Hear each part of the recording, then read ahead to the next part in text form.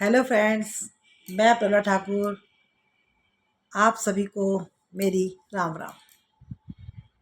जो आज का मेरा विषय है कि ऊपर वाले पे भरोसा करके देखो।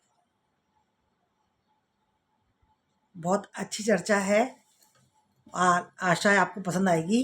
लेकिन उससे पहले आप मेरे चैनल को लाइक करिए, सब्सक्राइब करिए, शेयर करिए और कमेंट्स बॉक्स में प्लीज़ प्लीज़ प्लीज़ लिखना ना भूलें कि ये चर्चा आपको कैसी लगी। देखो, भक्ति हम सब करते हैं। रोज़ मैं भक्ति पे ही बातें करती हूँ, सबको पूजा करनी आती है।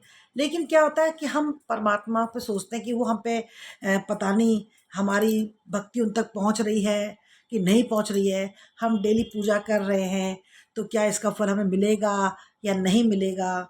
मतलब हम दुविधा में रहते हैं, क्योंकि जब हमारा अच्छा होता है तो लगता है हाँ परमात्मा हमारे साथ है, और जब थोड़ा बहुत कुछ बुरा हो जाता है या कुछ समय खराब चलता है कि भगवान तो पता नहीं हमारे से उठा हुआ है या हमारा साथ नहीं दे रहा है, तो ये बातें हमारे मन में चलने लगती हैं।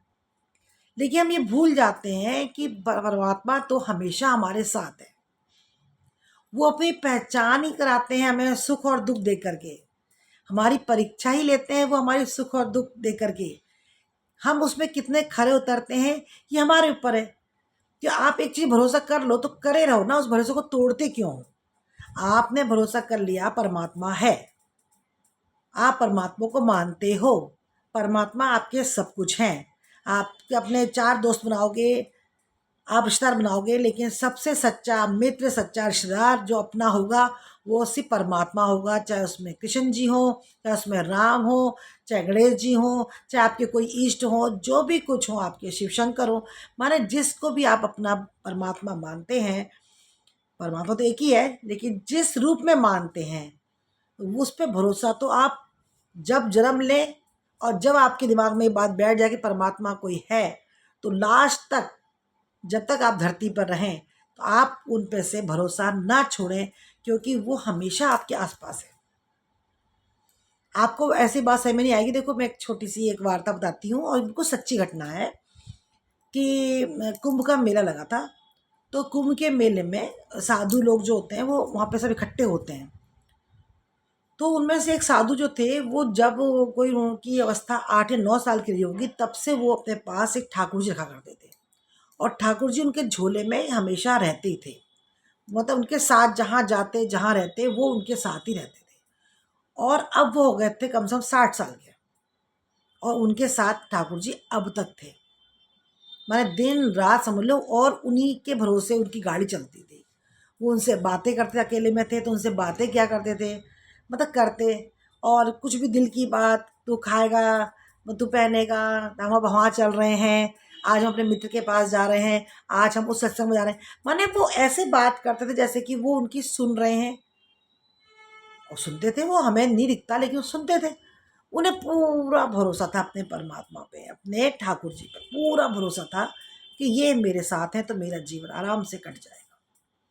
तो कुंभ के मेले में जब वो वहाँ पे थे, जैसे ही कुंभ का मेला समाप्त हुआ और ट्रेन में बैठ गए, तो वहाँ पे जैसे मिल जाते हैं संत लोग आपस में, हम कहीं जाते समय मिल जाते हैं, ऐसे संत मिल गए। तो कोई 8-9 संत थे जो उनके बहुत ही प्रिय थे और उनसे उनका लगाव ज़्यादा था। तो उन्होंने उनसे बोला कि आप लोग तो आगे तक जाओगे और बीच में मेरा रास्ता पड़ेगा, तो आप वहीं उतर जाना मेरे साथ, एक आध दिन मेरी कुटिया में हम जहाँ पे रहता हूँ वहाँ पे रहना और फिर आप चले जाना। संत लोग बोले इतने दिन मिलना ऐसे ही होता है, चलो कोई बात नहीं। वो लोग स्टेशन पे आते हैं और डिब्बे में बैठ जाते हैं। अब वो जो जिनके पास ठाकुर जी थे उन्होंने वो झोला उठाया और वहाँ पे टांग दिया।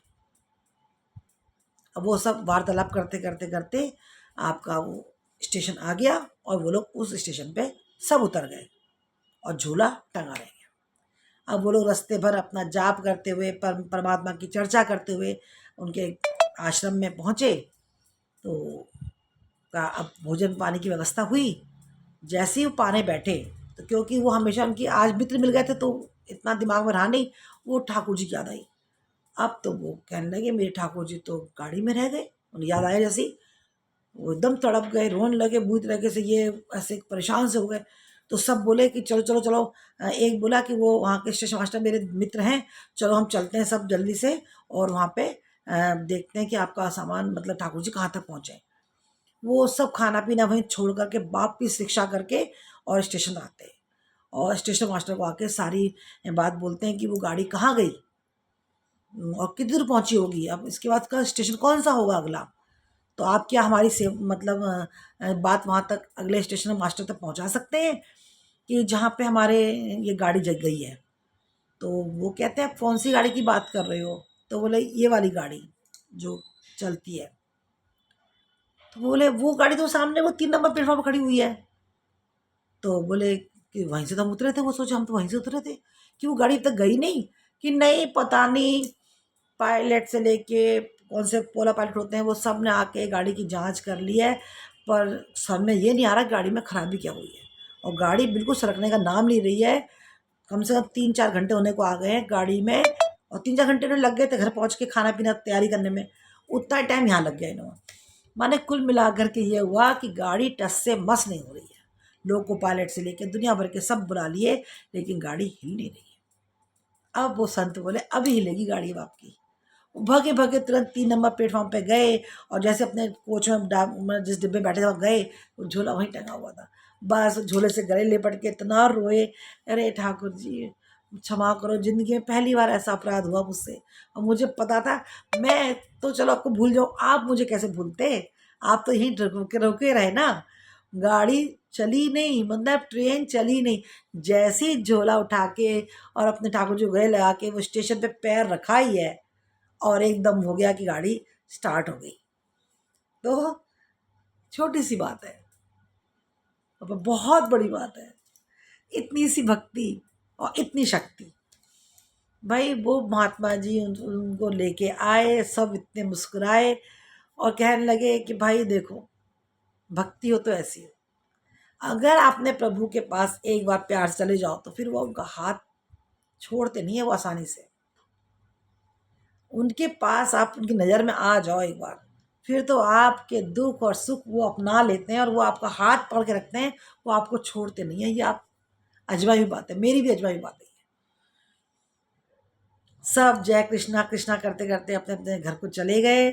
वो जो उनके साथ थे मित्रगण उनके घर गए आश्रम में, वहाँ पे सबने भोजन पाया, सब विश्राम करके आराम से गए। खूब सा कीर्तन वगैरह हुआ, और ऐसी लीला ठाकुर जी ने दिखाई कि गाड़ी तक नहीं हिली। तो हम लोग तो इंसान हैं, अगर हम परमात्मा को सच्चे मन से चाहने लगे, मानने लगे अपना, भाई देखो सहेली दोस्त मित्र ये सब ठीक है कितने दिन के, लेकिन सबसे जो सच्चा मित्र, सच्चे माँ बाप, सच्चे जो कुछ होता है वो कौन है? सिर्फ परमात्मा। जो भी कोई आपके आराध्य हो, बस वो, उसके अलावा कोई नहीं, कोई नहीं। भरोसा करना पड़ता है, सिर्फ भरोसा। दुख आए तब भी और सुख आए तब भी। दुख हो तो आपकी मर्जी, सुख हो तो आपकी कृपा, बस। इतना सा प्यार, इतना सा भाव उसको दे दो, वो आपको इतना देगा। ये कहानी हमें यही समझाती है, और रियल कहानी है ये बिल्कुल, क्योंकि नाम और ये सब नहीं मैं बता रही, लेकिन सच्ची घटनाएं बिल्कुल। वो झोला टंगा ही रहा जब तक वो महात्मा जी लेके नहीं गए, और गाड़ी टस से बस नहीं हुई। इतना बड़ा संकट है, ऐसे टाल देते हैं सब परमात्मा, और इतनी बड़ी खुशियों को भी ऐसे दे देते हैं कि हमें पता ही चल पाता। सिर्फ भरोसा। तो परमात्मा पे भरोसा करके देखो, वो आपकी जरूर सुनेगा, सुनता है और सुनते रहेंगे। ये चर्चा मैं यहीं समाप्त करती हूँ, और कल इसी वक्त 12 से 12:30 मेरा समय आने का, लेकिन परमात्मा भरोसा जरूर करिए, वो जरूर सुनेगा। जय श्री कृष्ण।